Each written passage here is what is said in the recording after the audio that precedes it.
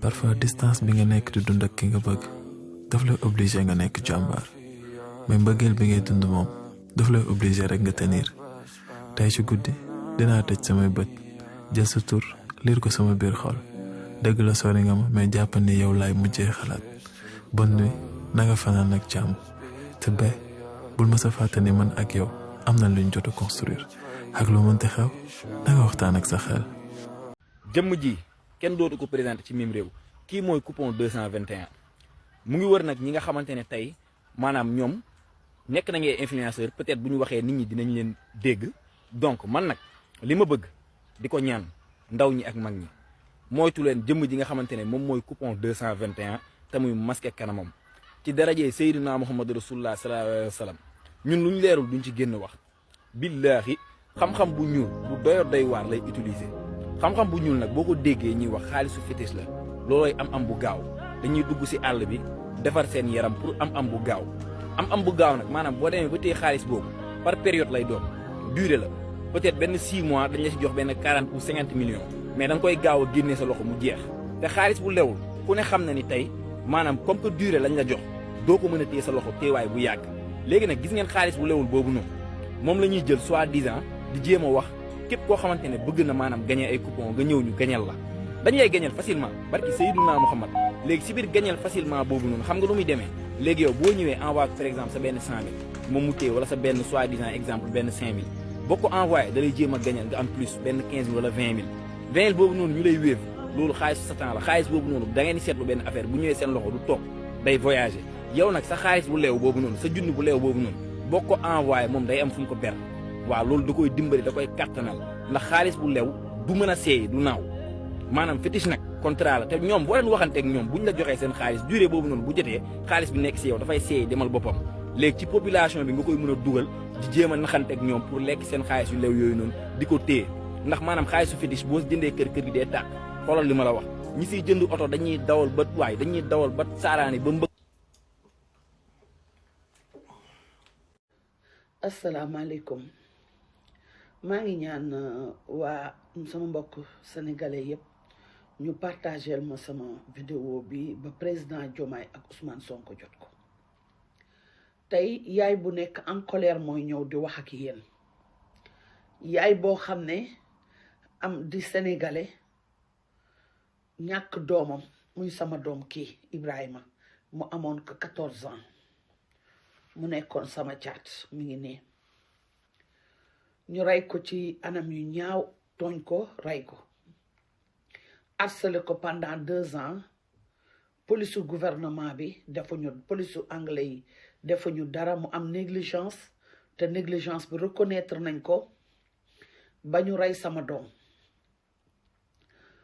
parce que sama doom nit ku ñuul la gouvernement am taxawu ko tribunal gouvernement bi jaaru fa manifestation gisuñu leen amuñu benn soutien présence boo xam ne te bu ma waxee ñu naan ma lu tax ngay wax lii bul wax lii ambassadeur awma problème ak ambassadeuru Sénégal bi sama problème mooy pourquoi taxawuñu ci tribunal bi taxawuma pourquoi wanewuñu ne xale bii ngeen rey doomu sénégalais la am na mbokk kenn du rey sénégalais noonu tey ki ko rey ki tax ba ñu rey ko tey la war a génn wala suba man maa war a toxu wala ma ut fu ma daw maak samay doom ak ban xaalis laa koy defee fii ma dëkk nii amaguma fi 2 weer ay millions laa fi def pour mën fee dëkkaat ndax dañ maa jële fa ma dëkkoon andiwaat ma fii sama doom ci suba bi muy jàngi dafa doon paniqué parce que kenn ci ñoom bi ko police génnee yóbbu ko beneen dëkk takkal ko bracelet électronique daf ko dagg dellu si waat léegi man nan laay def damay toog xaar kooku génn àndaat ak groupe ñëw rayal ma li des wala sama gouvernement lan lay xaar pour woo ambassade Angleterre bi laaj ko lu tax bi yaayu Ibrahima di porter plainte pourquoi négligence policière bi amoon ba tax ñu rey xale bii jaayul drogue toxul sàccul fenul deful dara xale boo xam ne boo xoolee page TikTok am togg ak fecc la bëgg ak foo ko fekk mi ngi sama ginnaaw bu ma leen doon génnal téeméeri vidéo bu ci nekk yaa ngi koy gis tout le temps ci sama mbagg bii lay ne wala mu kott papaam xamul dem xamul dikk. Jomaay foo nekk ñi ngi rey sunu doom yi foo ne président Jomaay foo nekk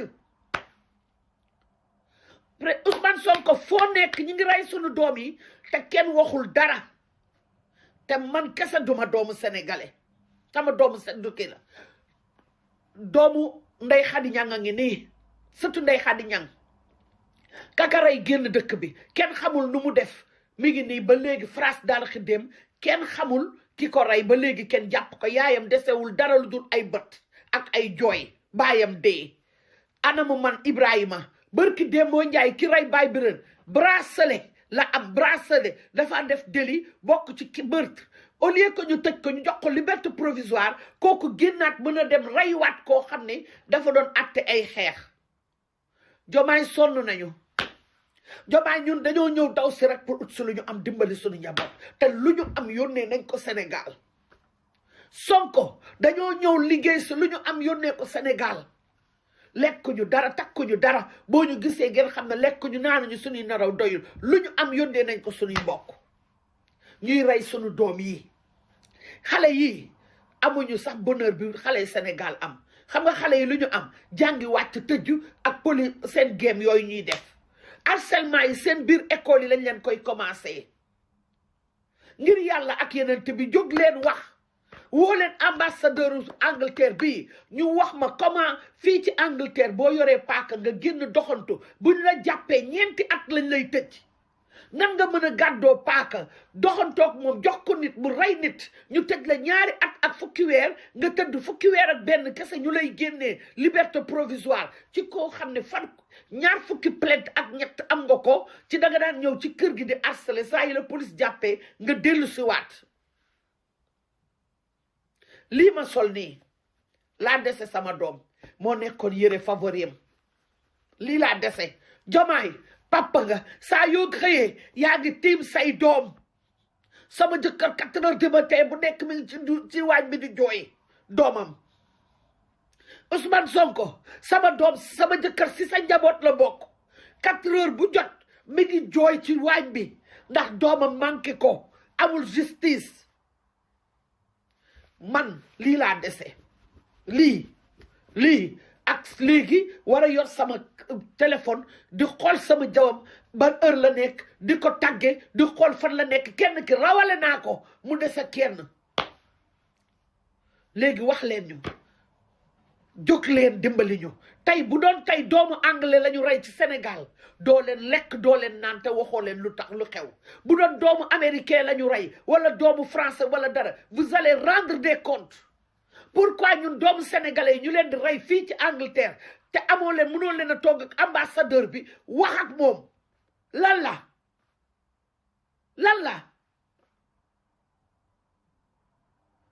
ñi rey sama doom nag janga nee génn nañu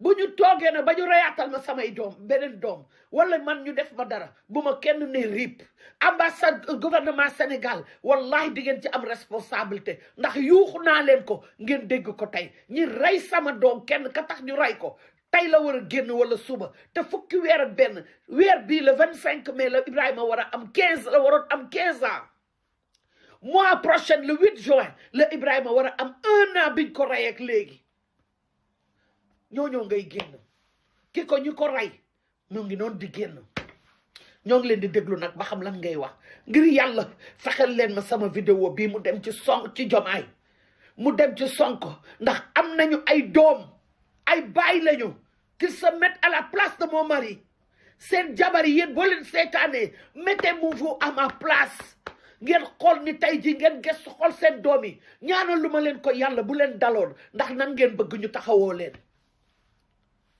bu ma kenn ñëw fii nag di ma jugé wala nga may wax dara ku ci nekk rek jëlal turu Ibrahima nga teg fa sa doom wala nga dindi ma man nga teg fa sa bopp nga xool bu doon li ma dal lan la dal lu taxaw ñëpp a gëm yàlla damaa gëm yàlla gënoo leen maa gëm yàlla ndax taalibe Cheikh pire laa doomu jullit yu ki lañ waxtu duma raw waaye nag bañ mën naa muñ ni li ma dal nattu yàlla la waaye injustice mënuma koo muñ ngeen baal ma àq nag man sa doom maa la koy wax bala wes yaay maa ngi lay baalu àq yaay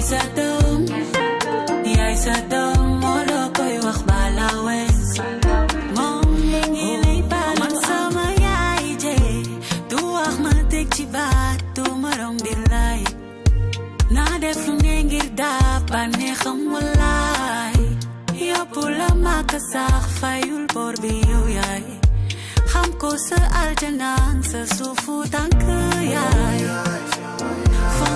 gaay neexul ba neexul mais kenn du yàlla man moom rek laa fan barki alxuraanu karim dama nekk Chine nii 11h25 jot ci man je pense 3h du matin jot Sénégal ma toog di xalaat benn buur bi nga xamante ni moo bëccëgal fii guddil fële tëddal ñële yëkkati ñii di leen jox seeni wërsëg ak ku ci ne na nga koy woowee ku ci ne ni nga koy woowee ku ci ne ni mu lay joxee wërsëg bu yàlla naan dox leen ci kaw suuf si billaay am na lu tax kenn du moom boo demee France tubaab yaa ngi ko naan Dieu nga ñëw Sénégal ñu naan ko yàlla nga dem ci pël yi ñu naan ko nu àll bébé tagi jinne yi naan ko suur ko nëmuru bërë bërë kënk ku ne ak ni nga koy woowee ku ne kullu yawmin wa fi sahnin ku ne mu yor wërsëg di la ko jox moom rabul izzati wal jabalu te benn bruit amul billaay kenn du yàlla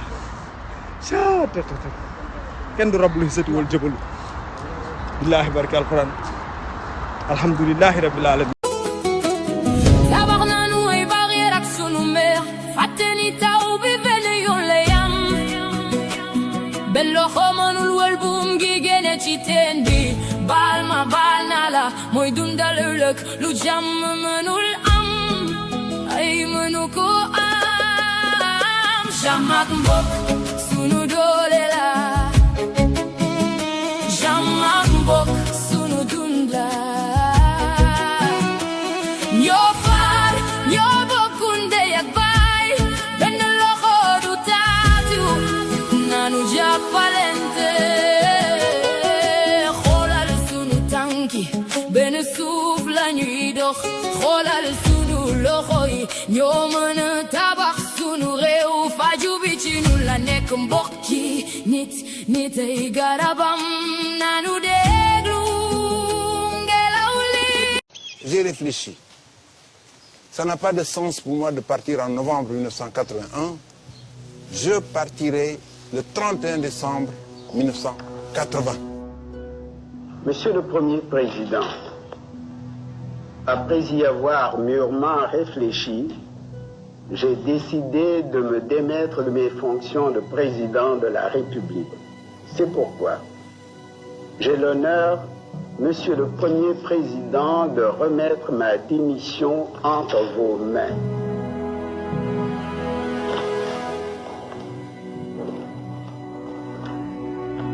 Devant la nation sénégalaise, je jure de remplir fidèlement la charge de président de la République du Sénégal. Mais les moments les plus difficiles pour moi ont été les moments qui ont suivi son départ. Je devais m'affirmer comme chef d'État. Nous sortions d'un multipartisme encadré, 4 partis. Il fallait aller à un multipartisme intégral. Je ne l'ai pas fait par démagogie, je l'ai fait par conviction. Certains même diront que j'ai instauré au Sénégal une démocratie débridée, certains de mes opposants. Mais je pensais que chaque Sénégalais avait le droit de s'exprimer selon sa sensibilité.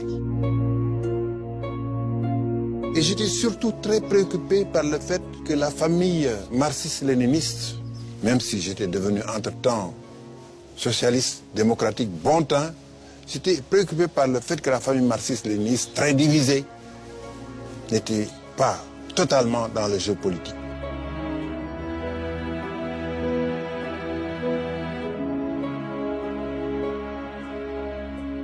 J'ai pensé aussi aux infrastructures, désenclaver le pays, faire les grandes routes d'intérêt national. J'ai supprimé le visa de sortie du territoire national. Peut-être que ça vous a posé des problèmes dans vos pays. Mais moi, ça m'a résolu des problèmes parce que les Sénégalais ont pu aller librement ailleurs et se sont enrichis. Dans le domaine de la lutte contre la corruption, j'ai eu peut-être moins de succès, mais mes intentions étaient bonnes et mes idées claires. Comme je savais que dans la corruption, il y a le couple corrupteur, j'ai voulu rompre cette compagnie.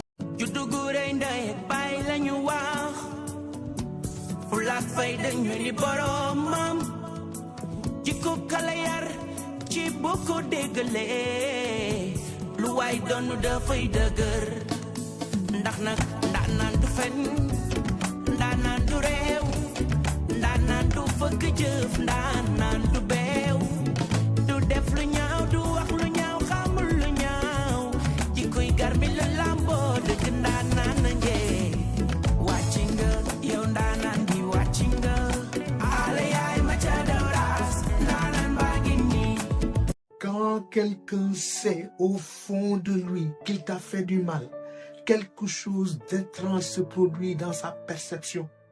C'est-à-dire tout ce que tu fais commence à lui sembler personnel. Tu peux rire par exemple avec quelqu'un. Il pense que tu te moques de lui. Crois-moi. Tu peux parler par exemple, je ne sais pas, d'autre chose. Il croit que tu l'attaques. Tu peux simplement, je dirais, vivre ta vie comme tu le sens. Et il est convaincu que chaque geste lui est destiné. En fait, le problème c'est que ce n'est pas parce que tu le vises. C'est parce que la culpabilité transforme la réalité en miroir. Une conscience lourde fonctionne comme une pièce pleine d'écho. Le moindre bruit paraît être une accusation. Un regard devient en effet un reproche. Un silence même devient un jugement. Même ton indifférence devient pour lui une preuve. Alors certaines personnes commencent à se défendre contre des choses que tu n'as même pas dites. Tu peux me croire, mon ami. C'est incroyable. Elles interprètent, elles se justifient, elles réagissent, alors que personne ne les attaquait. Parce qu'en fait, au fond, ce n'est pas toi qui les poursuis. C'est leur propre mémoire, leur propre conscience. Et ils savent très bien ce qu'ils t'ont fait.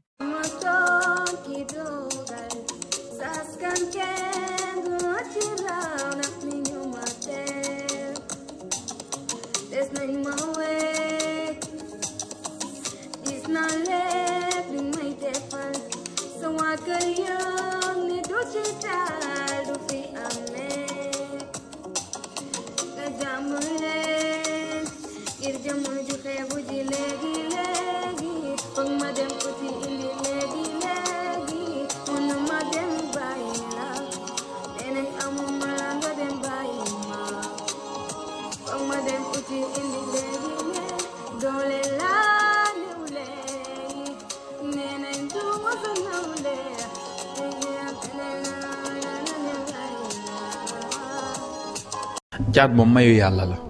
caatoo caat. caat. nekk caat mayu suñu borom. ay caati dañoo réew de. ba noonu la ñuy baaxee. waay ndaw sama. Bito. ana caat yi. xam nga ne caat du nangu ku laal magam. ah bon.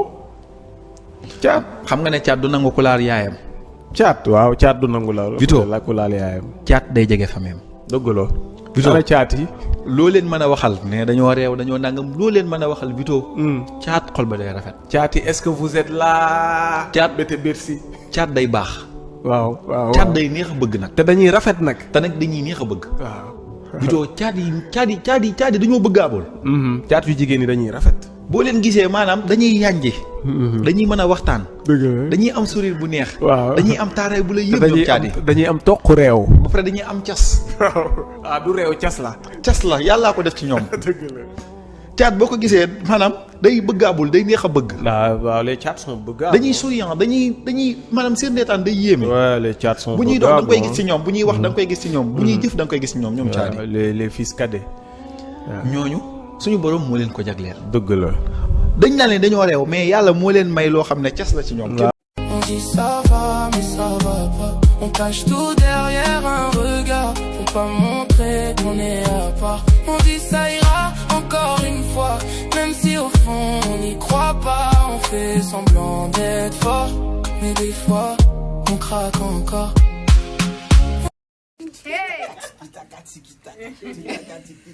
C'est pas les marabouts, c'est Dieu. Ça, c'est la coach Amench. Toujours. Toujours chic. Toujours. C'est important. Alors, on est là, je suis là avec coach Amench. Elle m'a sublimé. Comment vous trouvez le make-up? On est dans bisounours. Do you like it? I like the makeup. You are beautiful, beautiful girl, darling. Thank you. Je suis avec ma coach. Mais je suis avec Mado. Vous savez, Mado et moi, il y a une histoire. On s'est connus en 2021 au Gabon. Et elle faisait son défilé. J'ai vu une de ses tenues, ça m'a frappé à l'œil. J'ai dit, mais c'est qui celle-là? Je veux porter cette tenue. On dit, ah, elle, c'est Mado. J'ai dit, je veux cette tenue. Le lendemain, elle était à mon hôtel. Et j'étais dans sa tenue. Et depuis, on ne s'est plus séparés. Et je suis à Dakar, c'est elle qui m'habille. Ce soir, pour le conseil, c'est elle qui va m'habiller. Vous verrez le style, le genre. Mado, c'est la distinction. Mado, c'est du luxe. Mado, c'est du caviar. C'est la belle chicane de la couture. Applaudissez.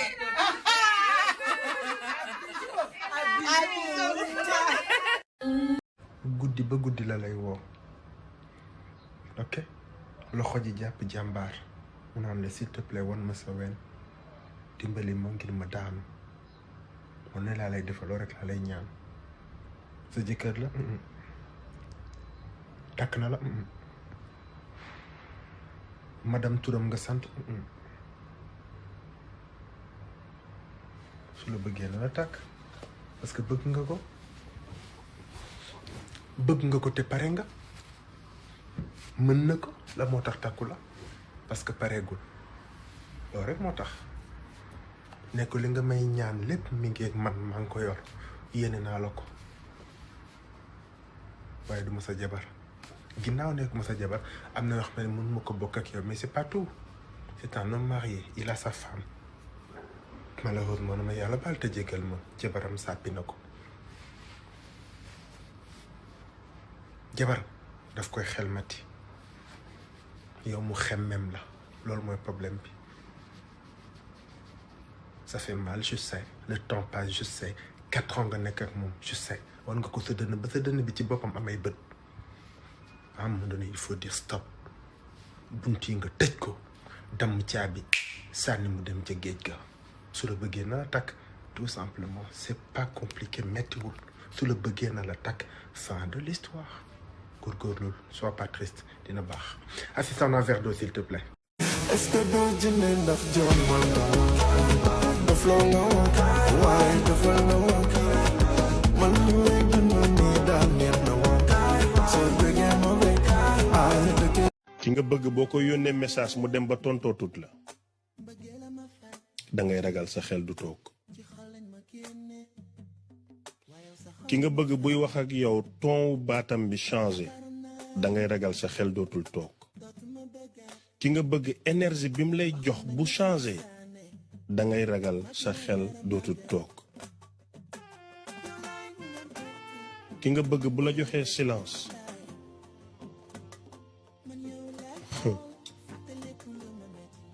da ngay ragal sa xel dootul toog jamono boobu nag bu la dalee nga nekk nandite da ngay jéem a muñ di kalmu sa bopp waaye dëgg-dëgg sa xol bi mënta kalmu sa xel mi mënta kalmu yow sa bopp kalmu sa réaction ngay mën a kalmu mais pas sa sentiment.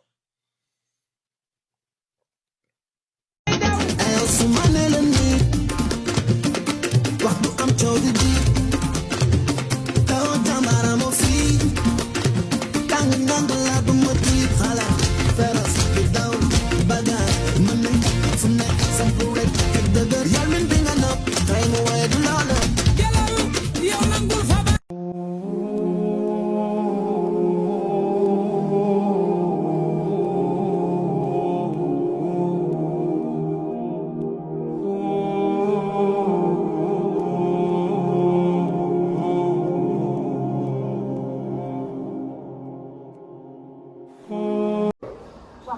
bébé ça va waaw xoolal bii laa mujj jël bii laa mujj am bii laa mujj am original bi lañ ma jox noonu waaw moom laa bëgg a tudd bi neex na la demal ni wala demee moom coupé lii yow lii lan la yow appel vidéo bi nga appel vidéo di wane ay sama pour lan la waaw appel vidéo bi nga appel vidéo di wane ay sama pour lan la moom ko jënd yow ci am yow lan la waxoon yow yow da nga bëgg di dund sa dund man duma dund sama dund je suis alcool jeune yow yaa nekk sa yow waaw même boo nekk sa yaa bàyyi am jëkkër yaay wala lu xanaa sa wax yaa ngi géré nga du ma géré maa ngi géré ba sàmba di ca démb laa nga ne kii bu ko jëndee dinaa ko woon te moom laa nar a jëm ci tabaski bi lan la waaw léegi moo dafay ñëw dafa naa ko moom tabaski waaw dafa naa ko dafay ñëw dafay ñëw wala du fi ñëw waaw maa ngi koy xaar kan yow kan fekk ji kan ngay fekk ji xoolal trop c'est trop ah trop c'est trop yow ba ñàkk ba génn naa ko maa ngi fii ci balcon bi di sinap sama sinap di wane sama kii moom moo ko jëndal bu ma ko wan li ma waaw léegi moo la ko jëndal léegi na ñëw waaw léegi na ñëw ci amul xam nga yow xam nga li ma wax yëpp nga ne ma ne ma fu laa wax c'est ce que je veux ok man sama benga lu ci nit ñi man de sama fen ni rëcc si du gaaw ba nga rete ba dugg ci man mi gisee laa la xool rek denk naa la sama xol bi yéene naa la sama xol bi dégg naa li ci sa xol bi kon nag foo mu lee pikiru laay da Salam alaikum Julia. Bonjour Julia. Buongiorno Julia. C'est ton anniversaire. Je vous souhaite un très bon anniversaire. Un grand jour pour vous. Comment dirais-je encore je connais une chanson espagnole que je chantonnais depuis gosse. Adiós con el corazón. Que con el alma no puedo. Tú serás el bien de mi vida, tú serás el bien de mi alma, tú serás el pájaro pinto que alegre canta por la mañana. Bon, c'est un long souvenir ça, mais je suis très content de vous souhaiter un bon anniversaire. Happy birthday to you, Papa Chon.